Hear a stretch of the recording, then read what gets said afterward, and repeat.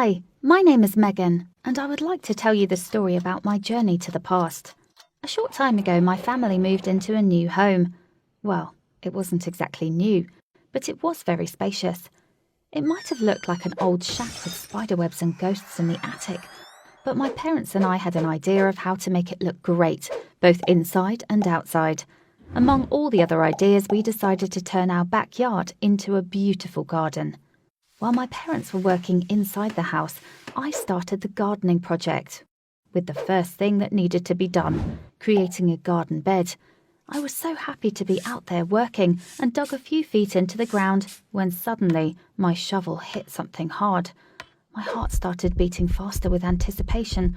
What if I had just found a skull, or maybe a chest filled with golden coins, which would have made us enormously rich?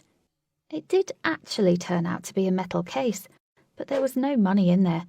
Just an old watch with an almost disintegrated white leather strap and Mickey Mouse on the watch face, a round tin can with celluloid film inside, and a note. Being careful not to harm the film, I set it aside and opened the note. It was written by someone named Darla. She wished whoever found this treasure all the best, and hoped that when it happened, the world would have remained prosperous and people would already have figured out how to fly to the stars. She also enclosed a gift, her favourite wristwatch. The note was dated 1958. The note did not reveal what was on the film, so I was very eager to find out. I couldn't stop thinking about it, up to the moment when I finally found a film projector online. I'm not really a shopper, so I could afford to buy it using money from my own savings.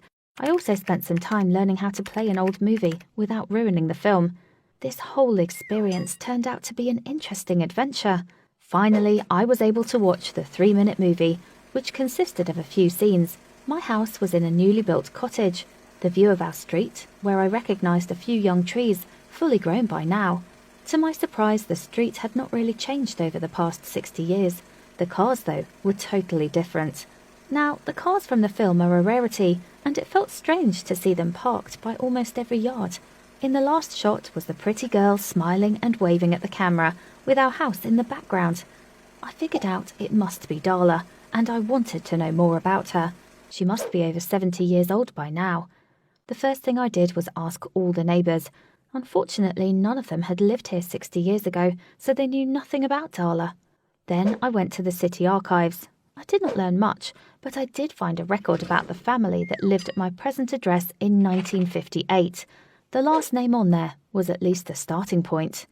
I continued my investigation and finally got a phone number. When I called, a grown-up male answered the phone. I told him that currently I live at the house where his family used to live and asked him if he knew Darla. "That's my grandma," he replied. "But she's losing her memory, and for the last few years she's lived in a nursing home." The conversation made me sad.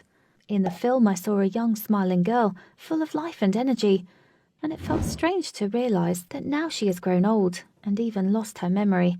I decided to visit her anyway. I went to the nursing home where she lived and told the personnel who I was and what I had found. They did not object to me meeting Darla and showing her the things that she had left half a century ago. A nurse even showed me the way to Darla's room. I saw a nice-looking old lady in her 70s, wrapped up in a warm checkered plaid blanket. She was confused when she saw me, and for some reason decided that I was her great-granddaughter. I neither objected nor confirmed her thoughts. I just sat close to her and showed her the case that I had dug out of my garden with all the things inside. Darla thoughtfully twirled her old wristwatch in her hands while I played her the video from the old celluloid that I had shot on my smartphone's camera. Believe it or not, Darla remembered how she recorded it. She did not realise who I was, but she told me very confidently about the idea to leave a time capsule for people from the future. I listened to her memories about that day in particular and about life in general, what it was like 60 years ago. It was an interesting experience to see how people perceived the future over half a century ago. I was still thinking about it when I got home. I found a metal case that looked almost like the one Darla had buried in 1958. I made a video with my new house and the street where Darla shot her movie over half a century ago.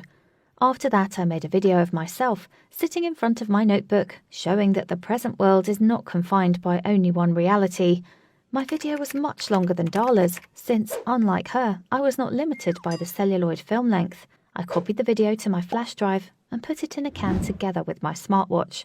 I did not leave a note, but I recorded a live message to people of the future. I hope, as well as Darla did, that the future world would be safe and interesting, and if, by that time, humanity would not have already moved to Mars or another planet in the galaxy, I would very much like that somebody discover my time capsule 60 years from now. And who knows, maybe we'll meet. I buried both cases, Darla's and mine, in the same place in the backyard.